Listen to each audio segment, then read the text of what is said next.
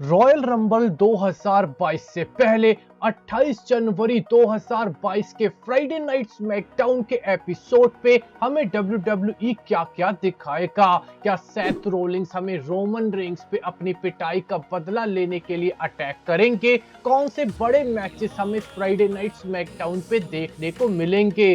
साथ में दोस्तों हमें 30 मैन रॉयल रंबल मैच में दो बड़ी रिटर्न्स अनाउंस होती हुई दिखी। फिन बेलर ने WWE की बैकस्टेज पॉलिटिक्स के बारे में क्या कहा, रोमन रेंस ने अपना क्या रिएक्शन दिया सेथ रोलिंस के जॉन मॉक्सली का फ्राइडे नाइट स्मैकडाउन पे नाम लेने के बाद, आखिर कौन सा सुपरस्टार हमें रोमन रेंस और जॉन सीना की बराबरी करता हुआ दिखेगा बॉबी लैशली के हिसाब से, होगा दोस्तों ये सब इस वीडियो में रिवील। मेरा नाम है नितिश वशिष्ठ एंड आप देख रहे हैं WWE इन दी एम्पायर चैनल। सबसे पहले दोस्तों इस वीडियो में बात करेंगे दो बड़ी रिटर्न के बारे में जो हमें 30 मैन बैटल रॉयल में देखने को मिलेगी रंबल के मैच में। दोस्तों WWE ने ऑफिशियली अनाउंस तो नहीं करा पर रूमर्स के अकॉर्डिंग ये रिटर्न होना तय है। हमें शेन मैकमैन और बैड बनी इस साल के रॉयल रंबल मैच में अपनी परफॉर्मेंस दिखाएंगे। दोस्तों बैड बनी तो रेसलमेनिया 38 पे भी हमें देखने को मिलेंगे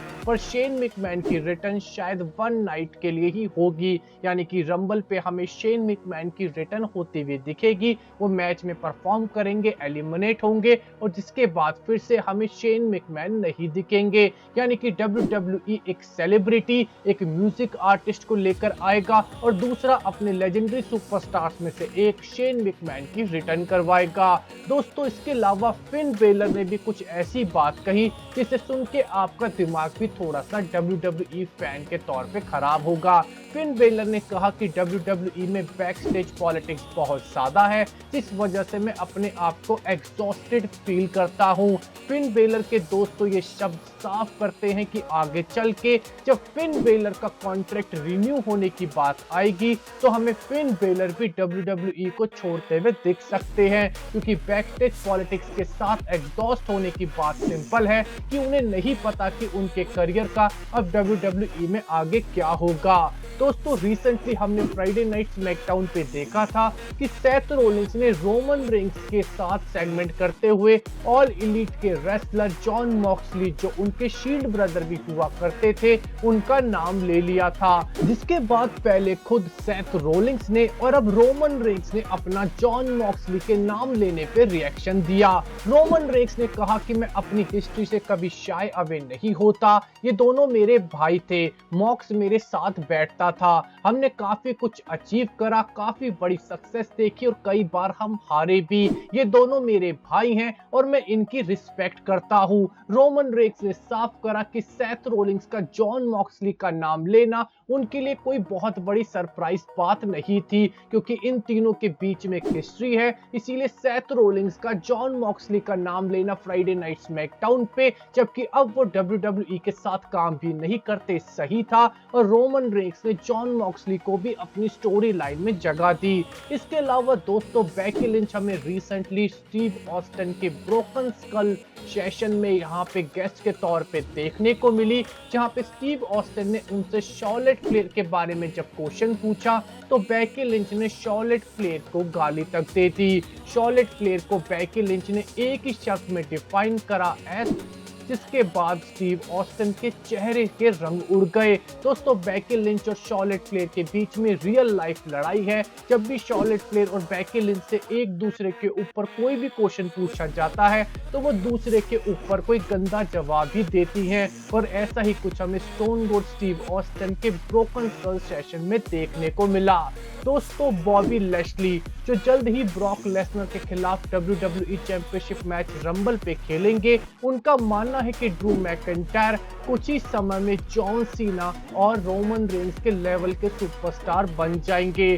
दोस्तों बॉबी लैशली का मानना है कि साल 2022 में रोमन रेंस और जॉन सीना जैसा स्टार हमें ड्रू मैकिंटायर के तौर पे देखने को मिलेगा। इसके बाद दोस्तों अब बात करेंगे कि 28 जनवरी 2022 के के फ्राइडे नाइट स्मैकडाउन के एपिसोड पे हमें क्या क्या देखने को मिलेगा। WWE ने ऑलरेडी अनाउंस कर दिया है कि हमें बिग ई जो मंडे नाइट रॉ के सुपरस्टार हैं, हमें इस फ्राइडे नाइट स्मैकडाउन पे देखने को मिलेंगे और उनका रीयूनियन दोबारा से अपने न्यू डे के दोस्त कोफी किंगस्टन के साथ होगा। कोफी किंगस्टन और बिग ई मिलके हमें मैच खेलते हुए दिखेंगे हैप्पी कॉर्बिन और मैट कैप मॉस के खिलाफ। दोस्तों इन दोनों टीम के बीच में अब फ्राइडे नाइट स्मैकडाउन पे लड़ाई जारी रहेगी और दोस्तों इस हफ्ते हमें ज़ेवियर वुड की अपनी इंजरी से रिटर्न भी होती हुई दिख सकती है। साथ में दोस्तों WWE ने अनाउंस करा है कि पिछले हफ्ते सोनिया डेविल ने शार्लेट फ्लेयर और नायोमी के मैच में अपनी इंटरफेरेंस करी थी, जिसके बाद ये अनाउंस हो गया था कि हमें सोनिया डेविल वर्सेस नायोमी का मैच इस फ्राइडे नाइट स्मैकडाउन पे देखने को मिलेगा। दोस्तों सोनिया डेविल वर्सेस नायोमी के बीच में जो भी लड़ाई है इस फ्राइडे नाइट स्मैकडाउन पे खत्म हो जाएगी, जो ज्यादा चांसेस हैं कि हमें सोनिया डेविल की पिटाई नायोमी के हाथों से होती हुई दिखेगी। इसके अलावा दोस्तों हमें तीसरी बार मैच देखने को मिलेगा आलिया वर्सेस नटालिया के बीच में। दोस्तों लगातार 2 बार यंग सुपरस्टार आलिया ने नटालिया को हराया है और इस फ्राइडे नाइट स्मैकडाउन पे हमें फिर से आलिया वर्सेस नटालिया का ही मैच देखने को मिलेगा। पर दोस्तों इस हफ्ते हमें नटालिया आलिया पे भारी पड़ती हुई दिखेंगी, क्योंकि रॉयल रंबल से पहले WWE को अपनी बड़ी सुपरस्टार नटालिया को भी तो थोड़ा पुश देना ही पड़ेगा। दोस्तों हमें फ्राइडे नाइट स्मैकडाउन पे स्मैकडाउन की वुमेन्स चैंपियन शार्लेट फ्लेयर का एक सेगमेंट देखने को मिलेगा।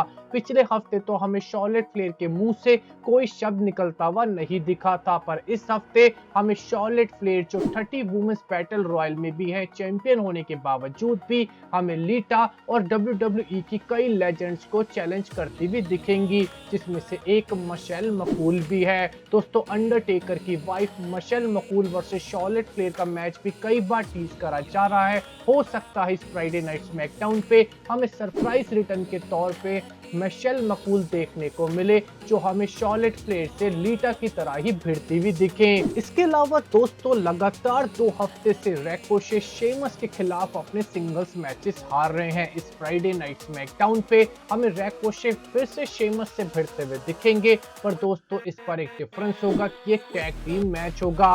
रैकोशे इस फ्राइडे नाइट स्मैकडाउन पे अपने लिए एक टैग टीम पार्टनर ढूंढेंगे, जो जल्द ही शेमस और उनके दोस्त रिच हॉलैंड के खिलाफ भिड़ेंगे।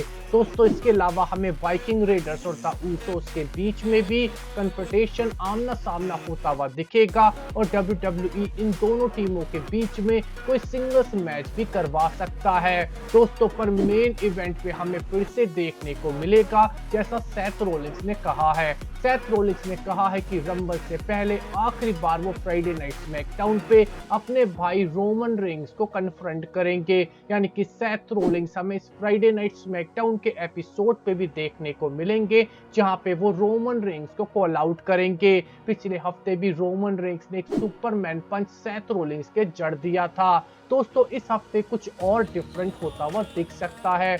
WWE सेथ रोलिंस को रोमन रेंस के खिलाफ एक थ्रेट दिखाने के लिए रोमन रेंस पे भारी पड़ता हुआ दिखा सकती है, यानी कि सेथ रोलिंस इस फ्राइडे नाइट स्मैकडाउन पे हमें रोमन रेंस की पिटाई करते हुए दिख सकते हैं। और दोस्तों खास बात ये होगी कि हमारे यूनिवर्सल चैंपियन रोमन रेंस बिना ऊसोस के सेथ रोलिंस को कन्फ्रंट करने की कोशिश करेंगे। तो दोस्तों आपको क्या लगता है कि सेथ रोलिंस इस फ्राइडे नाइट स्मैकडाउन पे रोमन रेंस के खिलाफ क्या जाल बिछाएंगे? कमेंट सेक्शन में जरूर बताइएगा। हमारे वीडियो को देखने बहुत बहुत शुक्रिया। हमारे चैनल को सब्सक्राइब कीजिए, लाइक एंड शेयर। आपका बहुत बहुत धन्यवाद।